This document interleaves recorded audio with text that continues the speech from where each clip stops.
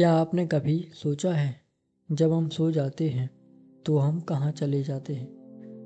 क्या नींद का अर्थ यह है कि हम बेहोश हो जाते हैं या हम किसी और तरह से जागरूक रहते हैं? ये प्रश्न हर इंसान के लिए है, क्योंकि जब तक हम नहीं समझते कि जागरूकता, अवेयरनेस और चेतना, कॉन्शियसनेस क्या है, तब तक हम अपने अस्तित्व को नहीं समझ सकते। आज हम समझेंगे श्री निसर्ग दत्त महाराज की शिक्षाओं से जागरूकता और चेतना का गहरा रहस्य। एक शिष्य ने पूछा, महाराज आप सोते समय क्या करते हैं?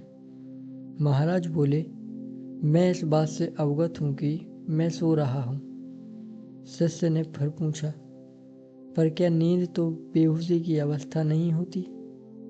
महाराज ने मुस्कुराकर कहा, हाँ, मैं अवगत हूँ कि मैं बेहोश हूँ। सोचो जरा, जब कोई कहता है मैं बेहोश हूँ, तो क्या वह सच में बेहोश है? नहीं, उसमें भी एक साक्षी, एक दृष्टा मौजूद है जो जानता है मैं बेहोश हूँ। महाराज कहते हैं, जागृत अवस्था, स्वप्न अवस्था और गहरी नींद, ये सब मन की 3 अलग अवस्थाएं हैं, पर इनके पीछे जो एक चीज सदा रहती है वह है जागरूकता।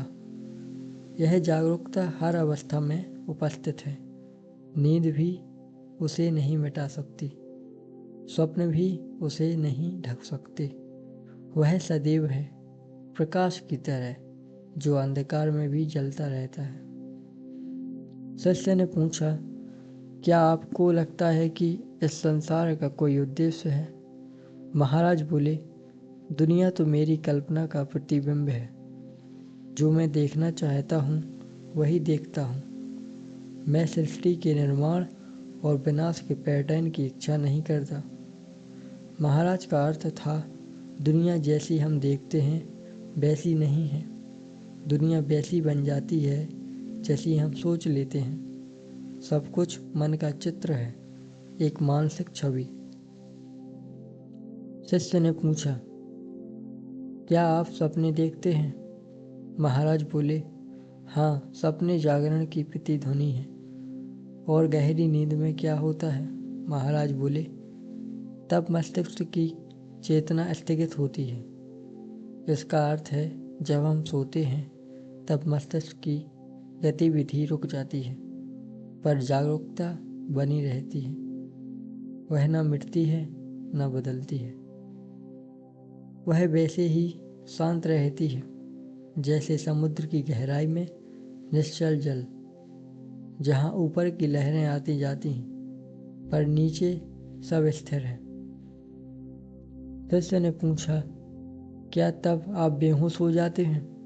महाराज बोले, मैं केवल अपने आसपास से बेहोश होता हूँ, पर मैं जानता हूँ कि मैं बेहोश हूँ।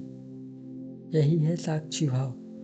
जो कुछ भी घट रहा है उसे केवल देखना, बिना उससे जुड़ना, बिना उससे बचना। शिष्य ने कहा, आप जागरूक और चेतन दोनों शब्द प्रयोग करते हैं, क्या ये दोनों एक ही हैं?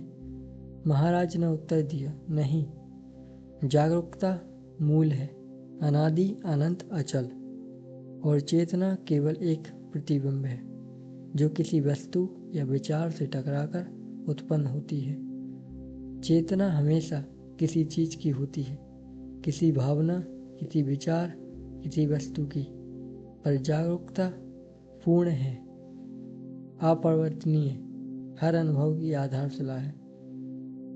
शिष्य ने पूछा, तो मनुष्य चेतना से आगे जाकर जागरूकता तक कैसे पहुंचता है? महाराज बोले, चेतना स्वयं जागरूकता से उत्पन्न होती है।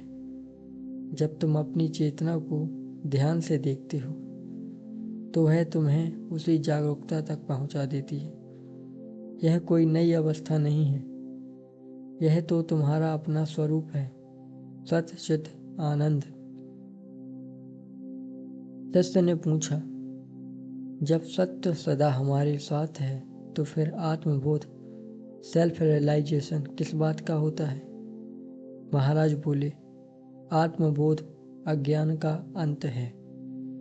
जब हम संसार को वास्तविक और स्वयं को असत्य मान लेते हैं, वह अज्ञान है और वही दुख का कारण है।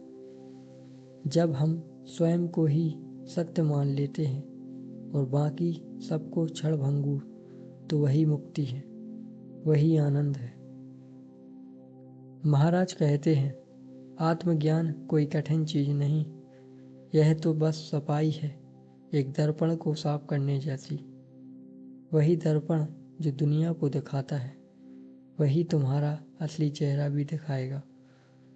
और उस दर्पण की चमक का साधन है मैं हूँ का भाव। इस भाव को पकड़े रहो, इसे तब तक चमकाओ जब तक सब भ्रम मिट न जाए। महाराज कहते हैं, हमारे भीतर एक ऐसी शक्ति है जो कभी नहीं सोती, कभी नहीं मिटती। शरीर थक सकता है, मन सो सकता है, पर वह जागरूकता सदैव जागती रहती है। वही हमारी सच्ची पहचान है, वही अमर चेतना है। बस याद रखो, इस बात से जागरूक रहो कि तुम जागरूक हो। यही है मुक्ति का द्वार।